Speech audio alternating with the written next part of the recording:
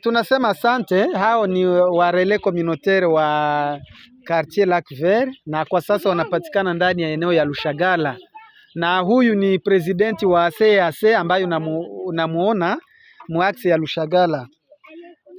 Magonjwa ya Ebola ni magonjwa ambayo iko hatari sana, na wakaaji wanapuuzi sababu ya kutoelewa.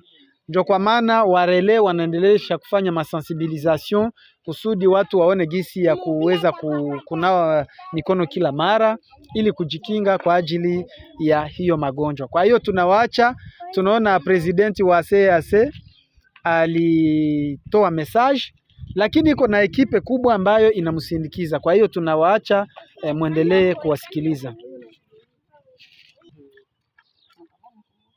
Wazazi wapenzi wa Lushagala de, tunawatangazia kwamba magonjwa ya Ebola yamekwisha kuingia kwenye mwingini wetu wa Goma.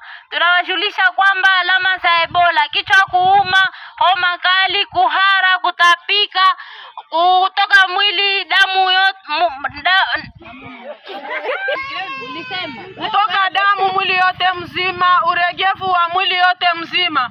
Kwa hiyo ukikuwa na hizo alama, harakisha haraka kwenye kituo chetu cha Centre de Sante. Haleluya, matunzo ni kwa bure. Kwa wamama wa mimba tunafanya sepe na ekografi kwa bure. Kwa hiyo tujitahidi sana tujikinge na hiyo magonjwa. Tunawe mikono kila mara na dakika, sabuni na majifu. Tuepuke kukumbatiana.